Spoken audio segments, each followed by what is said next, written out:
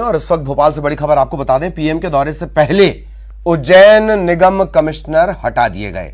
उज्जैन के नगर निगम कमिश्नर हैं अंशुल गुप्ता, हटा दिए गए हैं। अंशुल गुप्ता को मंत्रालय अटैच कर दिया गया। 11 अक्टूबर को प्रधानमंत्री मोदी का उज्जैन दौरा होना है। महाकाल कॉरिडोर प्रोजेक्ट 1 इसकी वो शुरुआत करेंगे और उससे ठीक पहले ये बड़ा घटनाक्रम 11 अक्टूबर को प्रधानमंत्री के दौरे से पहले अंशुल गुप्ता मंत्रालय अटैच।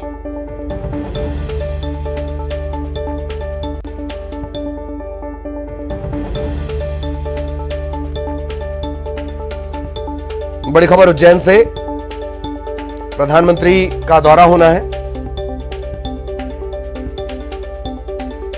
5 दिनों बाद यह दौरा है और उससे ठीक पहले उज्जैन कमिश्नर को हटा दिया गया। अंशुल गुप्ता मंत्रालय अटैच कर दिए गए।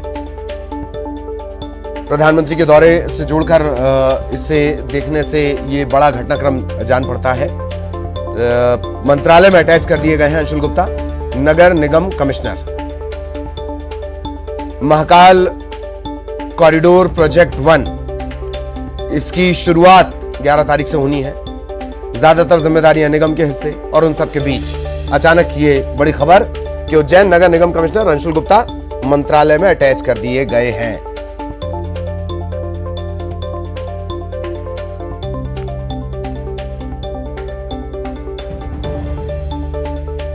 सहयोगी अनुराग हमारे साथ जुड़े हुए हैं। अनुराग के पास आपको लिए चलेंगे। अनुराग, प्रधानमंत्री का दौरा, ज्यादातर महाकाल प्रोजेक्ट की जो जिम्मेदारियां हैं वो निगम के कार्यक्षेत्र में, और यही वजह है कि ये अचानक से इतना बड़ा परिवर्तन सबका ध्यान खींच रहा है। अनुराग,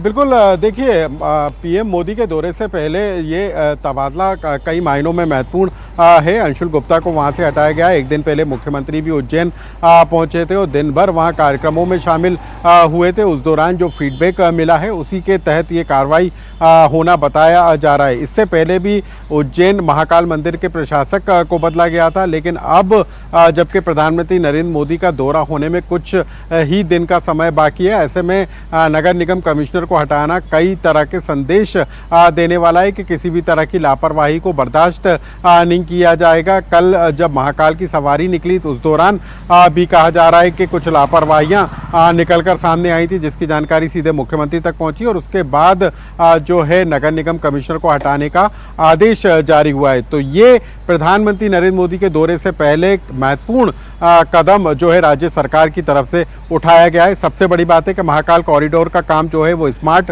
सिटी के प्रोजेक्ट के तहत किया जा रहा है, लेकिन उसमें कहीं ना कहीं नगर निगम का भी बड़ा रोल है और ऐसे में नगर निगम कमिश्नर को प्रधानमंत्री के दौरे से पहले हटा देना कई तरह का संदेश देने वाला है।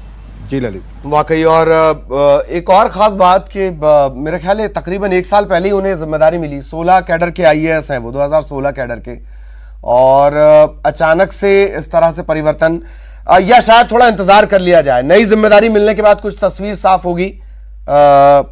अनुराग, बिल्कुल, देखिए, किसको जिम्मेदारी दी जाती है ये भी महत्वपूर्ण होगा, लेकिन फिलहाल अंशुल गुप्ता को मंत्रालय में उप सचिव के पद पर पदस्थ किया गया है। 1 साल का ये कार्यकाल जो है नगर निगम कमिश्नर का रहा। इसी दौरान जो महाकाल कॉरिडोर के तहत जो अतिक्रमण हटाने का काम किया गया था वो इन्हीं के दिशा निर्देश पर किया गया था। महाकाल कॉरिडोर के आसपास जितने भी निर्माण कार्य होना था उसमें भी कहीं ना कहीं इनका अहम रोल था, लेकिन उससे पहले जिस तरीके से बदलाव लगातार किए जा रहे हैं, क्योंकि मुख्यमंत्री ने कहा था कि इस महाकाल कॉरिडोर और प्रधानमंत्री के कार्यक्रम को लेकर मंत्रिमंडल समिति का भी गठन होगा, जिसमें 4 मंत्री शामिल होंगे, सांसद शामिल होगा। कई तरह के बदलाव जो है मुख्यमंत्री करते हुए नजर आ रहे हैं और यही एक वजह रही कि नगर निगम कमिश्नर को हटाकर भी जो है बड़ा संदेश देने की कोशिश की है कि किसी भी तरह की लापरवाही, चाहे वो छोटी लापरवाही भी हो, उसको फिलहाल जो है सरकार बर्दाश्त करने के मूड में नहीं है। फिलहाल बर्दाश्त करने के मूड में नहीं है। हालांकि अच्छी बात जो अनुराग ने याद दिलाई कि जमीन अधिग्रहण जैसा मामला, और आपने नहीं सुना होगा कि पूरे महाकाल प्रोजेक्ट के दौरान जो जमीन अधिग्रहण हुआ उसमें कहीं कोई विवाद बना हो। शुक्रिया अनुराग इस तमाम जानकारी के लिए। कटनी का रुख कर रहे हैं। एक बुजुर्ग की जान बाल बाल बची। कुछ मिली सेकंड्स आप इसे कह सकते हैं, इतनी भी देर होती तो जान चली जाती। रेलवे के टेक्नीशियन ने जान बचाई है। रेल पटरी से बुजुर्ग को तत्काल हटाया गया। टेक्नीशियन के हौसले की तारीफ हो रही है और सीसीटीवी फुटेज देखकर आपको इस बात का अंदाजा लग जाएगा। देखिए किस तरह से ये जान बचाई गई। ट्रेन आ रही होती है और ये जो बुजुर्ग हैं सर्किल में आपको नजर आ रहे होंगे, ये ट्रेन की तरफ जा रहे होते हैं। अचानक से दौड़कर टेक्नीशियन पीछे से आता है और तत्काल इस बुजुर्ग को ट्रैक के पार ले जाता है। जरा सी देर जान चली जाती है।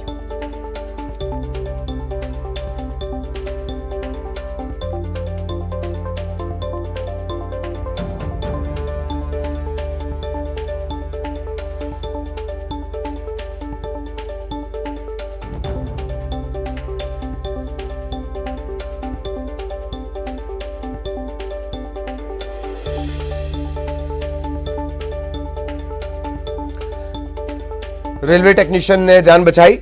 प्रभाकर हमारे सहयोगी कटनी से इस वक्त हमारे साथ जुड़े हुए हैं। प्रभाकर, पूरी जानकारी विस्तार से, क्यों ये घटनाक्रम हुआ, कैसे ये घटनाक्रम हुआ, प्रभाकर? जी देखिए ललित, ये कटनी का मुड़वारा स्टेशन का वीडियो बताया जा रहा है, जहां पर बीती 2 तारीख को यहाँ पर रेलवे के द्वारा यहाँ पर रेलवे ट्रैक पर काम चल रहा था। उसी दौरान जब भी रेलवे ट्रैक में काम चलता है तो रेलवे कर्मचारी द्वारा एक सीसीटीवी भी मौके पर लगाया जाता है। इसी के चलते जब एक बुजुर्ग थे जो उन्हें सुनाई भी कम दे रहा था, वीडियो में साफ देखा जा सकता है कि ट्रेन का हॉर्न भी बजाया गया और उन्होंने ये नहीं समझ पाया कि ट्रेन कहाँ से आ रही है। जैसे ही ट्रेन के इंजन के सामने जैसे वो आए तो रेलवे टेक्नीशियन के द्वारा सूझबूझ से उनकी सूझबूझ से बुजुर्ग की जान बचा ली गई है और यह पूरा वीडियो कटनी के मुड़वारा स्टेशन में बताया जा रहा है। जी ललित, और वाकई ये दिल दहलाने वाला वीडियो है। अच्छी बात यह कि बुजुर्ग की जान सुरक्षित है, मेडिकल भी उनका एहतियातन करवाया गया होगा और अगर कहीं कोई लापरवाही नजर आती है तो उस पर भी एक्शन होगा। प्रभाकर जी बिल्कुल, देखिए ललित, वीडियो में साफ देखा जा रहा है कि रेलवे टेक्नीशियन की सूझबूझ से ही उस बुजुर्ग व्यक्ति की जान बची है। और जहां तक कार्रवाई की बात है, क्योंकि रेलवे पर ट्रैक पर ये काम रेलवे के द्वारा ही किया जा रहा था और ये स्वाभाविक सी बात है, जब रेलवे ट्रैक को क्रॉस करना एक जुर्म है, इस पर रेलवे के द्वारा भी कोई कार्रवाई की जाएगी। फिलहाल अभी इस तरह का कोई भी रेलवे कर्मी या रेलवे अधिकारी द्वारा इस कार्रवाई पर अभी किसी कोई बात नहीं की गई है। जी ललित, चलिए बहुत बहुत धन्यवाद आपका प्रभाकर इस तमाम जानकारी के लिए। इधर देश में जनसंख्या नियंत्रण पर आरएसएस प्रमुख के बयान पर प्रदेश के गृह मंत्री डॉक्टर नरोत्तम मिश्रा ने रिएक्शन दिया। उन्होंने कहा कि देश में आबादी का संतुलन नहीं होना चाहिए, अब उचित फैसला लेने का वक्त आ गया है। कांग्रेस पर हमला बोलते हुए उन्होंने कहा कि उन लोगों का ध्यान सिर्फ वोटों पर केंद्रित होता है, भागवत पूरे देश के बारे में सोचते हैं। कांग्रेस की भारत जोड़ो यात्रा पर भी उन्होंने तंज कसा है।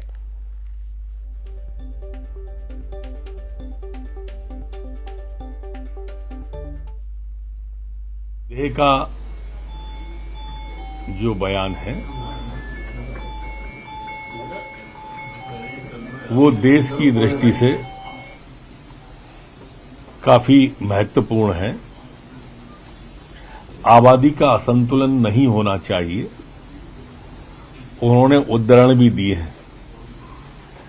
अब समय भी आ गया है कि इस विषय पर गंभीरतापूर्वक विचार करके उचित उपाय और अमली जामा पहनाना चाहिए। देखो साहब, कांग्रेस का ध्यान सिर्फ वहीं तक रहता है और वोटों तक रहता है। तो श्रद्धेय भागवत जी का ध्यान संपूर्ण भारत पर रहता है, देश पर रहता है। उसका असर और रुझान दिखाई देने लगे हैं उनकी यात्रा के। कल कांग्रेस के जो विधायक हैं गुजरात में, उनने अब कांग्रेस छोड़ दी। इसके पहले मध्य प्रदेश में हमारे पूर्व विधायक जी सागर जिले में छोड़ गए थे। उसके पहले कांग्रेस के अध्यक्ष, जो कार्यकारी अध्यक्ष गुजरात के, उनने छोड़ दी थी। उसके पहले गुलाम नबी आजाद छोड़ गए थे। उसके पहले कपिल सिब्बल छोड़ गए थे। ये यात्रा जिस दिन से शुरू हुई है उस दिन से कांग्रेस पत्ते की तरह बिखरती जा रही है। मेरे ख्याल से यही रुझान है उसका। हमारी पुरानी योजना है, लगातार लंबे समय से चल रही है। भारतीय जनता पार्टी चुनाव को ध्यान में रखकर कभी काम नहीं करती, वो सेवा को और विकास को ध्यान में रखकर काम करती है। उसी का परिणाम है कि बाकी के दल सिमटते जा रहे हैं और भारतीय जनता पार्टी पर लोगों का विश्वास बढ़ता जा रहा है, आस्था बढ़ती जा रही है। ये कमलनाथ जी ने बंद कर दी थी तीर्थ दर्शन योजना, टोकन चलाई थी नाम के लिए। हमारी सरकार, हमारे मुख्यमंत्री श्रवण कुमार की भूमिका में बुजुर्गों को तीर्थ करा रहे हैं और बुजुर्गों को तीर्थ करा रहे हैं। आप उन बुजुर्गों से मिलिए तो जो किसी न किसी कारण से तीर्थ नहीं कर पाए या उनके बच्चे उन्हें तीर्थ नहीं करा पाए, उनको अगर निःशुल्क यात्रा पूरी की पूरी मय सुविधाओं के भोजन पानी के साथ में मिल रही है तो उसके लिए बड़ी योजना है ये। और अव्यवस्थाओं और लापरवाहियों की वजह से अक्सर सुर्खियों में रहने वाले शिवपुरी का जिला अस्पताल एक बार फिर चर्चा में है और इसकी वजह है अंधविश्वास। हुआ यह कि अस्पताल में एक गंभीर हालत में नवजात को भर्ती करवाया गया। नवजात को बचाने की परिजनों ने कोशिश की, उसे उचित इलाज नहीं मिला, लिहाजा वो टोने टोटके का सहारा लेने लगे। परिजनों ने अस्पताल में भभूत फेंकवाई। अस्पताल परिसर में काफी देर तक जादू टोना चलता रहा। अस्पताल प्रबंधन को इसकी भनक तक नहीं लगी।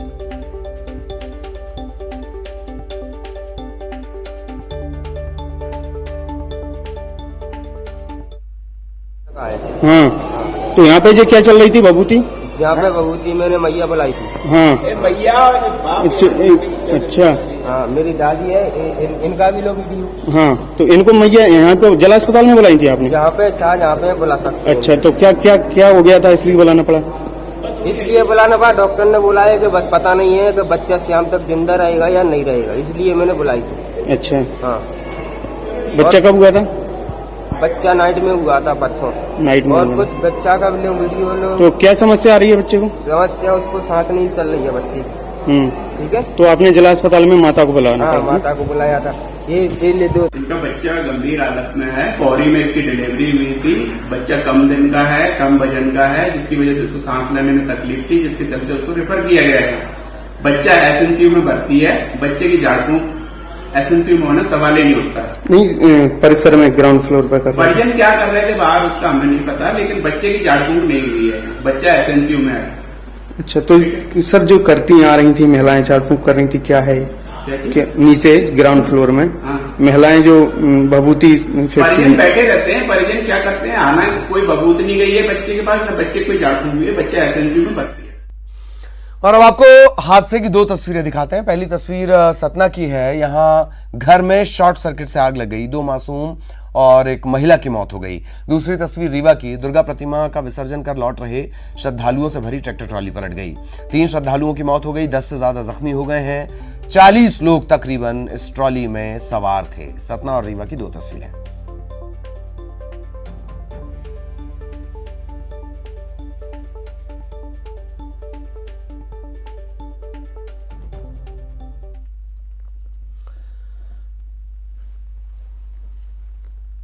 और इस वक्त बड़ी खबर मिल रही है, मुकेश अंबानी को धमकी देने का यह पूरा मामला। बिहार के दरभंगा से आरोपी को गिरफ्तार कर लिया गया है।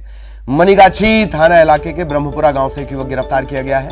आरोपी युवक से वो मोबाइल भी बरामद कर लिया गया। राकेश कुमार मिश्र, मुंबई पुलिस ने इसे गिरफ्तार किया गया है। गिरफ्तारी के बाद युवक को मुंबई पुलिस वापस ट्रांजिट रिमांड के जरिए मुंबई ले गई है। अब इससे पूछताछ की जाएगी।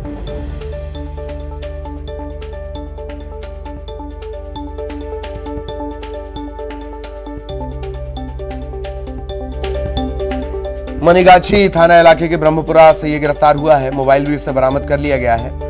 पूरा मामला रिलायंस इंडस्ट्रीज के चेयरमैन मुकेश अंबानी को धमकी देने का है। बिहार के दरभंगा से इसे गिरफ्तार किया गया है, ब्रह्मपुरा गांव। इससे वो मोबाइल भी बरामद किया गया है जो धमकी में इस्तेमाल हुआ था। राकेश कुमार मिश्र इसका नाम है। मुंबई पुलिस ने इसे गिरफ्तार किया है।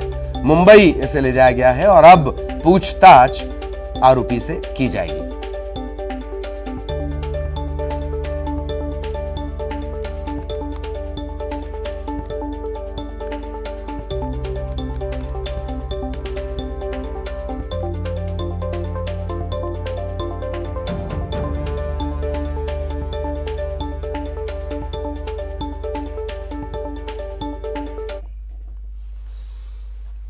कांग्रेस नेता उदित राज अक्सर अपने बयानों को लेकर, विवादित बयानों को लेकर चर्चा में रहते हैं। एक बार फिर कुछ ऐसी बात उन्होंने कह दी है जिसे लेकर वो बीजेपी के निशाने पर हैं।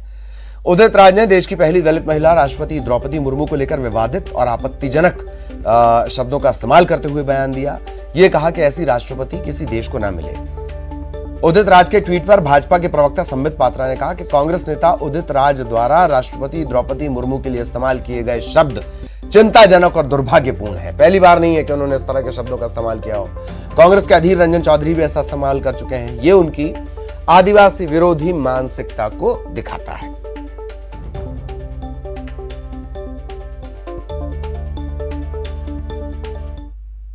कांग्रेस के नेता है, जिस प्रकार के शब्दों का प्रयोग उन्होंने महामहिम राष्ट्रपति आदरणीय द्रौपदी मुर्मू जी के लिए किया है, वो चिंताजनक और दुखद है, अशोभनीय है। और कोई पहली बार कांग्रेस पार्टी ने इस प्रकार के शब्दों का प्रयोग महामहिम राष्ट्रपति जी के लिए किया हो, ऐसा भी नहीं है। इससे पहले अधीर रंजन चौधरी जी ने जिस प्रकार के शब्दों का प्रयोग राष्ट्रपति जी के लिए किया था, वह भी हमने सुना था। कहीं ना कहीं एक बात स्पष्ट है, आज देश में एक आदिवासी, एक महिला संघर्ष करके राष्ट्रपति बनी है। आश्चर्य का विषय है, दुखद विषय है, चिंताजनक विषय है कि कांग्रेस पार्टी एक आदिवासी, एक महिला और जिन्होंने संघर्ष करके देश के सर्वोच्च पद तक पहुंचा है, उनके खिलाफ इस प्रकार के शब्दों का प्रयोग बार बार कर रही है।